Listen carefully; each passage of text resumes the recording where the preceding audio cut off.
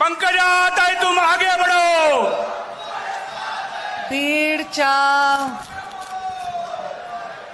बीड जिल्ह्यामध्ये आज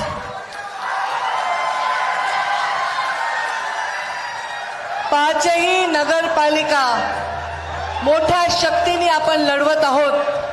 त्यामध्येच बीड नगरपालिकेच्या आपल्या सुविद्य उमेदवार डॉक्टर ज्योती घुमरे तसेच गेवराईच्या उमेदवार गीताताई पवार, माजलगावचे उमेदवार डॉक्टर संध्या मेंढके आणि धारूरचे उमेदवार रामचंद्र निर्मळ यांचा विजय निश्चित करण्यासाठी आलेले आपल्या राज्याचे मुख्यमंत्री, अत्यंत कर्तृत्ववान आणि कष्टाळू असे मुख्यमंत्री आणि आपल्या बीड जिल्ह्याच्या विकासात ज्यांनी नेहमी आपल्याला योगदान दिलंय असे मुख्यमंत्री यांचं मी मनापासून स्वागत करत आहे।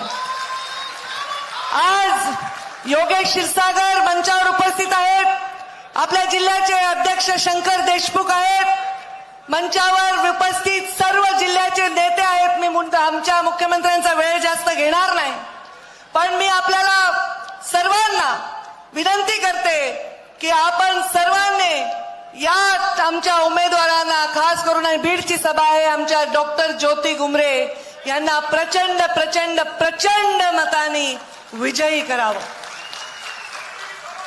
माझ्या राजकीय जीवनामध्ये प्रत्येक सभेला देवेंद्रजी आपण आलात, मी आपल्याला सांगितलं बीडला आपण जरूर सभेला या।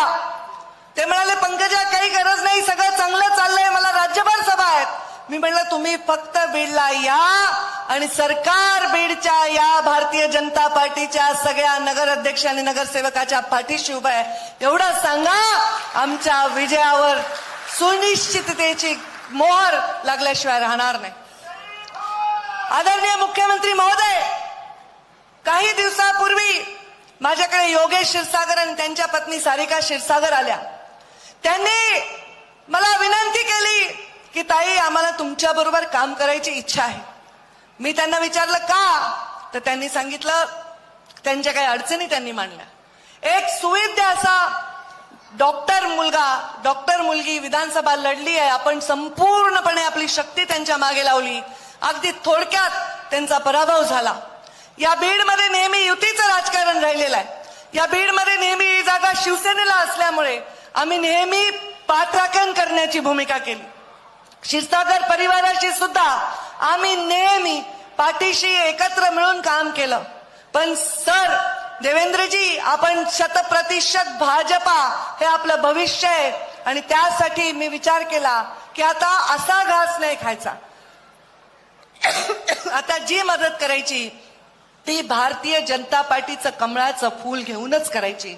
आणि योगेश आणि सारिकांनी त्याची तयारी दाखवूनच ते मला भेटले आणि एका सुविद्य अशा नेत्याला, युवा नेत्याला आम्ही आमच्याकडे प्रवेश दिला आणि पूर्ण नगरपालिकेची जबाबदारी त्यांच्यावर दिलेली आहे। इतका चांगले उमेदवार आहेत, आपल्याला अभिमान वाटेल मुख्यमंत्री महोदय।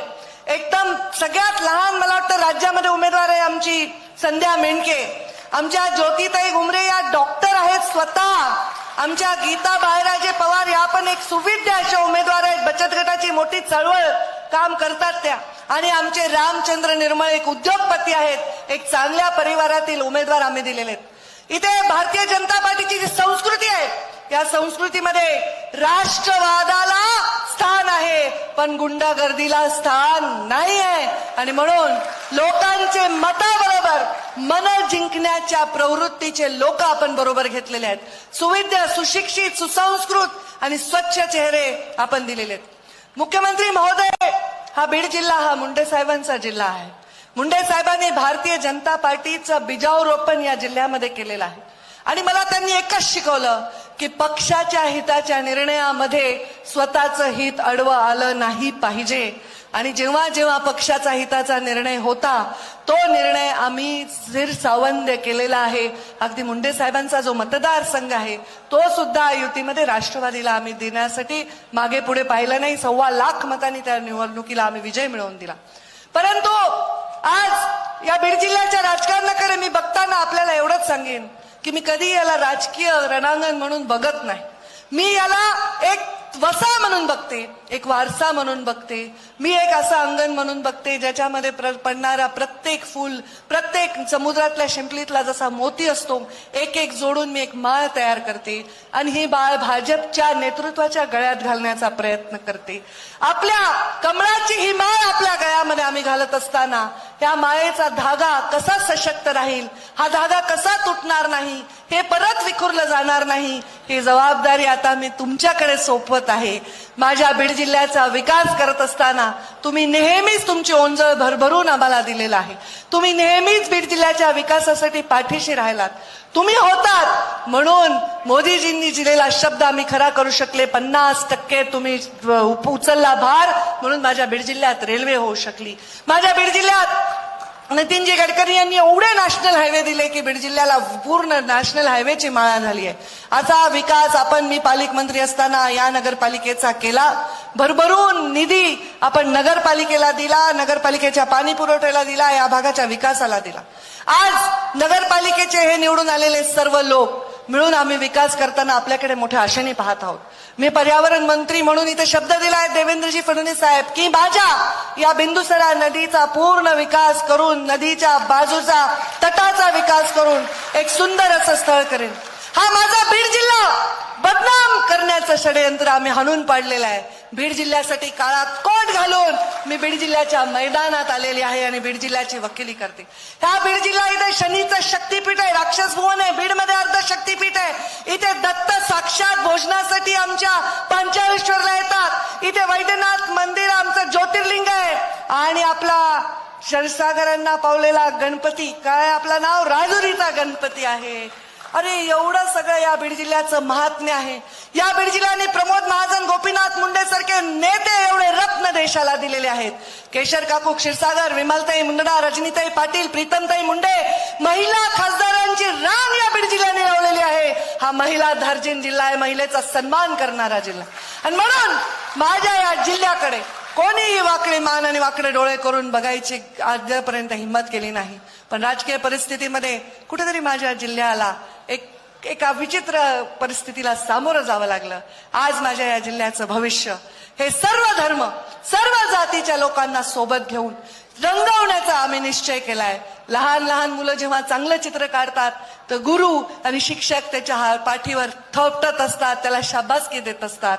आम्ही हे विस्कटलेलं चित्र परत सुंदर केलेलं आहे. ही तुटलेली माळ परत आम्ही जोडलेली आहे आणि तुम्हाला अर्पण करत आहोत. तुम्ही गुरु म्हणून आमच्या पाठीवर अत्यंत शाबासकीची थाप माराल हा मला विश्वास आहे.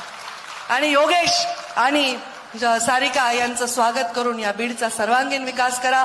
आमच्या माजलगाव, आमच्या धारूर, आमच्या गेवराईचा सर्वांगीण विकास आपण ऑलरेडी केलेला आहे. आम्हाला खूप खूप खूप दिलेला आहे आणि म्हणूनच विश्वास आहे की येणाऱ्या काळामध्ये आपण विकास आम्हाला एका वेगळ्या पातळीचा, एका वेगळ्या उंचीचा करण्यासाठी आपण नेहमी आम्हाला मदत कराल. आपल्या ऐकण्यासाठी सगळे लोक उत्सुक आहेत. बीड जिल्हा नेहमीच देवेंद्रजी फडणवीसांचे शब्द ऐकण्यासाठी उत्सुक आहात. मुंडे साहेबांनी आपल्यावर प्रेम केलं, आपण आमच्यावर प्रेम केलं, आम्ही आपल्याला भरभरून साथ दिली.